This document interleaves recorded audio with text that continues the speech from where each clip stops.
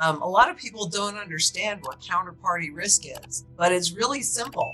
If you and I make an agreement, if you don't hold up your end or I don't hold up my end, then that's counterparty risk. Whereas with gold, there is no counterparty risk because you hold it and own it. It's not a contract. It's a tangible asset that also has the broadest base of buyer. Everything else is counterparty risk. Currencies are all based on the full faith and credit of the government. That's a counterparty risk. What about, well, we see what just happened with FTX, right? And the cryptocurrency debacle that's still continuing to play out, and it's like dominoes falling. But you don't have that with gold. You don't have that at all with gold because you hold it, it's in my possession, and it's in, for all intents and purposes, even though you can see it right here, it disappears. And we've just seen that central banks have bought more gold third quarter alone in 2022 than they ever have in history. And again, gold held at home runs no political risk because they can't see it, right? Even though it's real and it's tangible, once it's out of the system, it is invisible to them.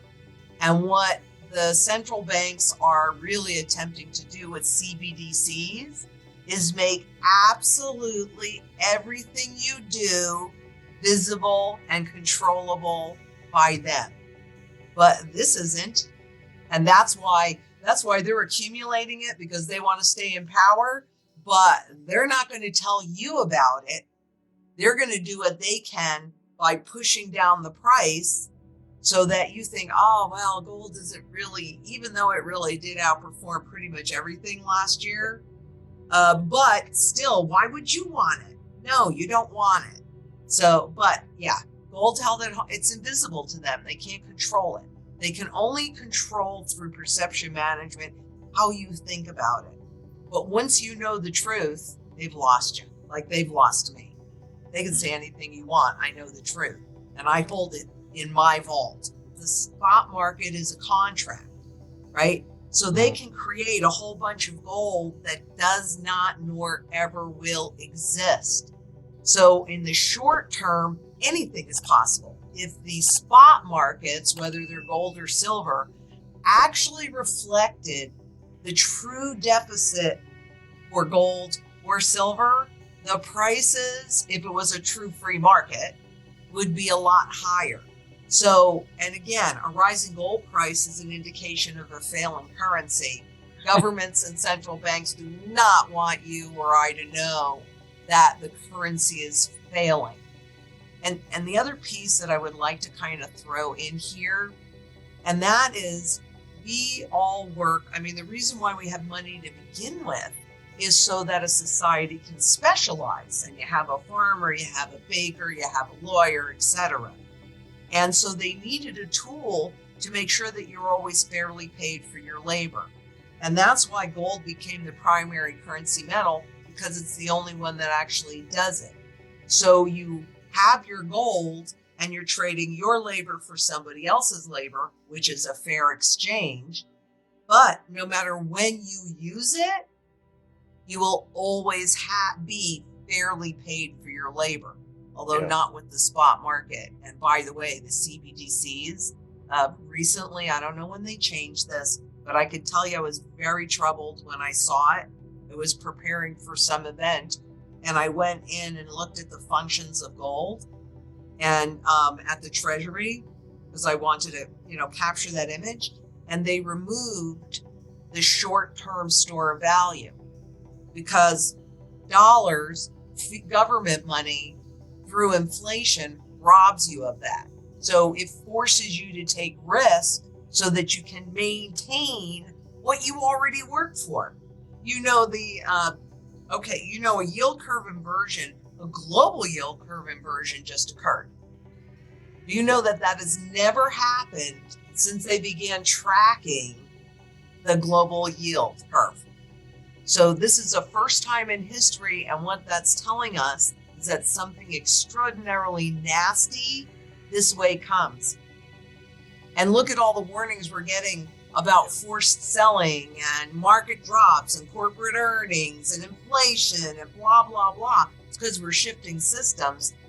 But this has proven to go through all of those calamities. It's a key component of dynastic wealth, which is wealth that lasts in families at least 300 years. And we are in for it huge in 2023. I don't have a positive or a negative. I mean, I do know that we're going into some form of cryptocurrencies and probably the CBDCs.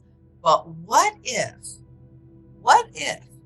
all of these cryptocurrencies were created to get the population comfortable enough to adopt a CBDC? What if it was never really intended to be a long-term piece, just a short-term piece, which if introduced by the government would probably have people going, no. But if it's introduced by a private entity, people go, got a lot of visibility, still gets a lot of visibility, whether it's positive or negative, it gets a lot of visibility. It gets a lot of eyes.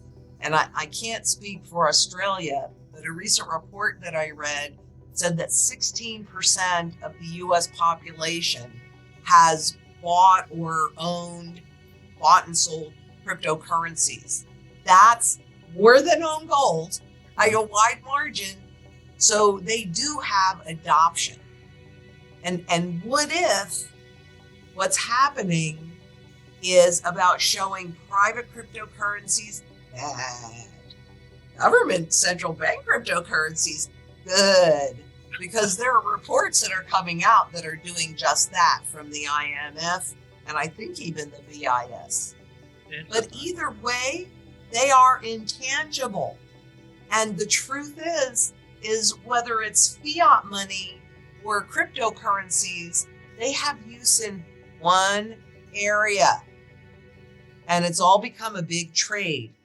Whereas you look at gold and it's used in every single sector of the global economy. So 100% of the time there is demand, maybe more, maybe less, but it doesn't go to zero because there's always the broadest base of buyer.